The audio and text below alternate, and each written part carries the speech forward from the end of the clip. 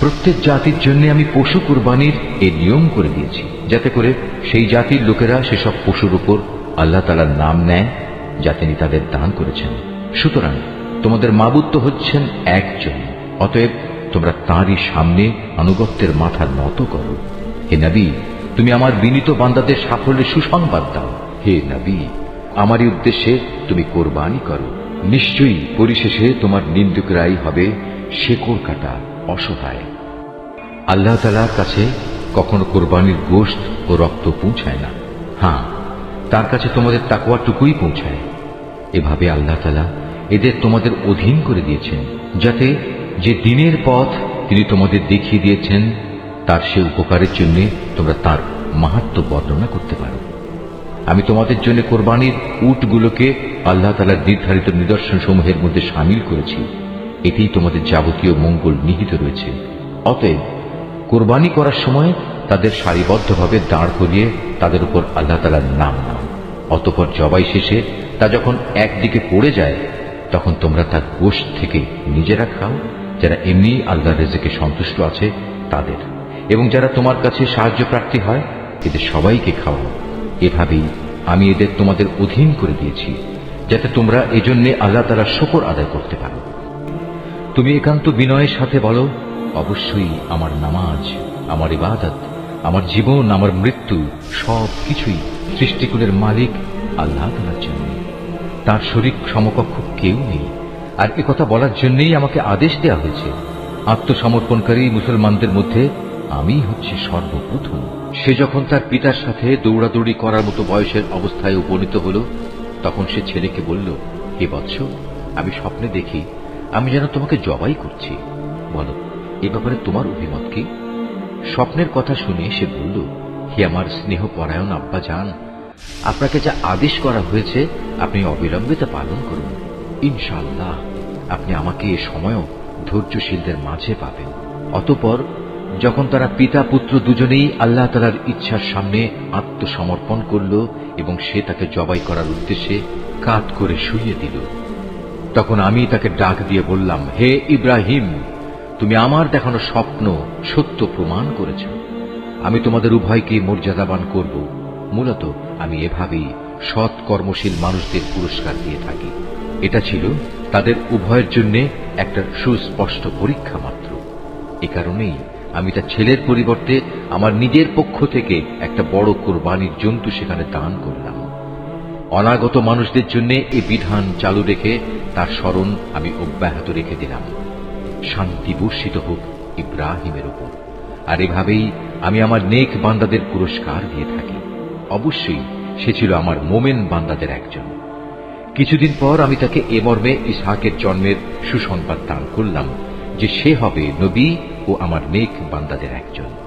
আমি তার উপর ও তার সন্তান ইসহাকের উপর আমার অগণিত বরকত নাজিল করেছি। তাদের উভয়ের বংশধরদের মাঝে কিছু সৎ কর্মশীল মানুষ যেমন আছে, তেমনি আছে কিছু নাফরমান, যে নিজের উপর নিজে জুলুম করে স্পষ্ট অত্যাচারী হয়ে বসে আছে। আমি মুসা ও হারুনের উপর অনেক অনুগ্রহ করেছি। আমি তাদের দুজনকে ও তাদের জাতিকে বড় রকমের এক সংকট থেকে উদ্ধার করেছি।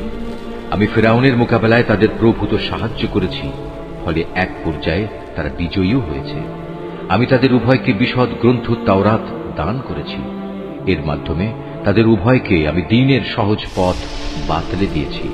আমি অনাগত মানুষদের মাঝে তাদের উত্তম স্মরণ অব্যাহত রেখেছি। সালাম বর্ষিত হোক মুসা ও হারুনের উপর। অবশ্যই আমি নেককার লোকদের এভাবে পুরস্কার দিয়ে থাকি। মূলত এরা দুজনই ছিল আমার মোমেন বান্দাদের অন্তর্ভুক্ত। আমার বান্দা ইলিয়াসও ছিল রাসূলদের একজন।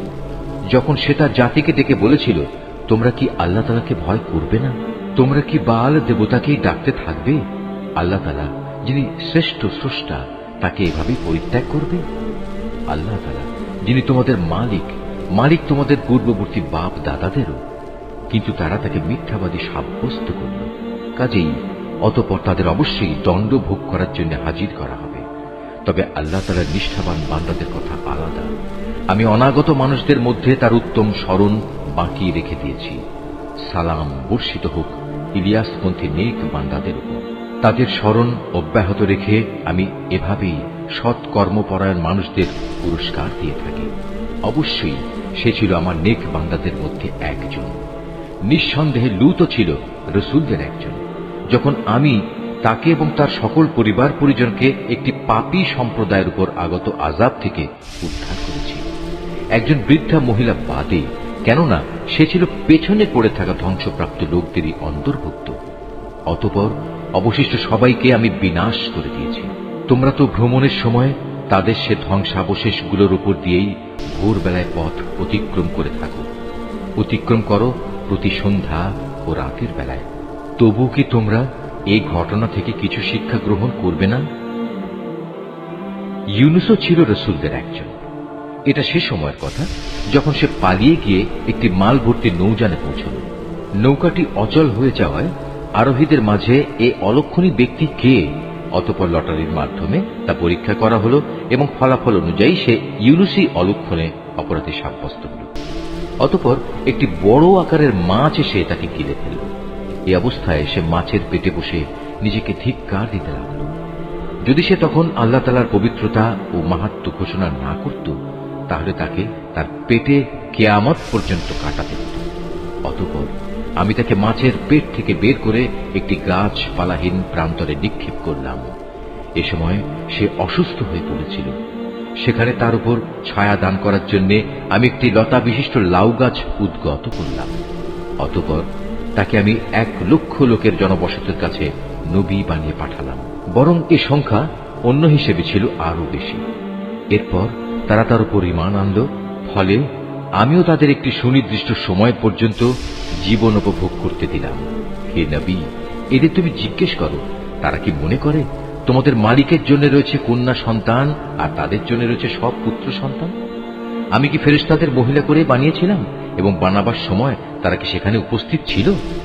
সাবধান, তারা কিন্তু এসব কথা নিজেরা নিজেদের মন থেকেই বানিয়ে বলে। আল্লাহ তাআলা সন্তান জন্ম দিয়েছেন, আসলে ওরা হচ্ছে সুস্পষ্ট মিথ্যাবাদী।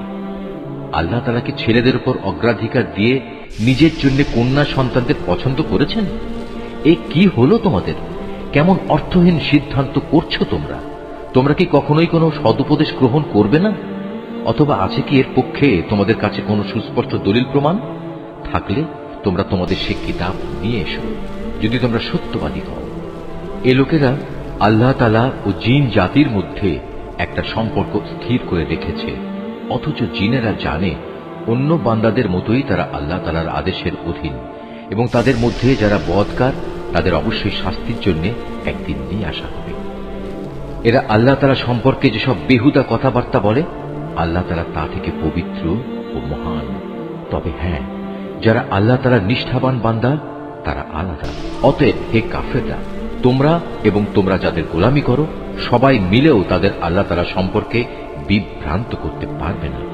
তোমরা কেবল তাদেরই গোমরাহ করতে পারবে যারা জাহান্নামের অধিবাসী। ফেরেশতাদের কথা স্বতন্ত্র, কেননা তারা বলেছিল, আমাদের মধ্যে থেকে প্রত্যেকের জন্য একটি নির্ধারিত পবিত্র স্থান রয়েছে।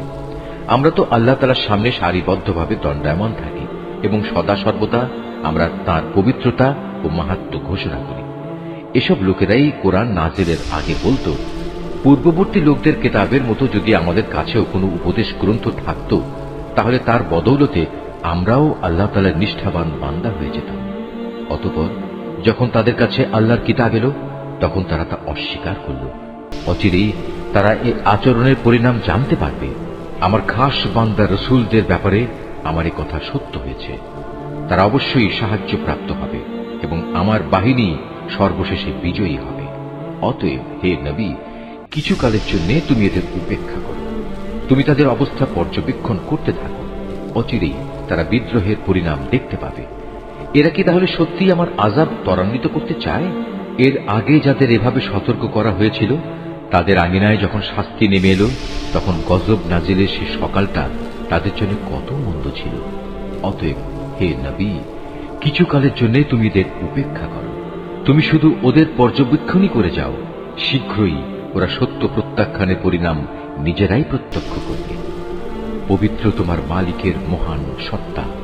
তারা তাঁর সম্পর্কে যা কিছু অর্থহীন কথাবার্তা বলে, তিনি তা থেকে পবিত্র, অনেক বড়। সকল ক্ষমতার একক অধিকারী। অনাবিল শান্তি বর্ষিত হোক রসূলদের উপর। সমস্ত প্রশংসা নিবেদিত সৃষ্টিকুলের মালিক আল্লাহ তাআলার জন্য।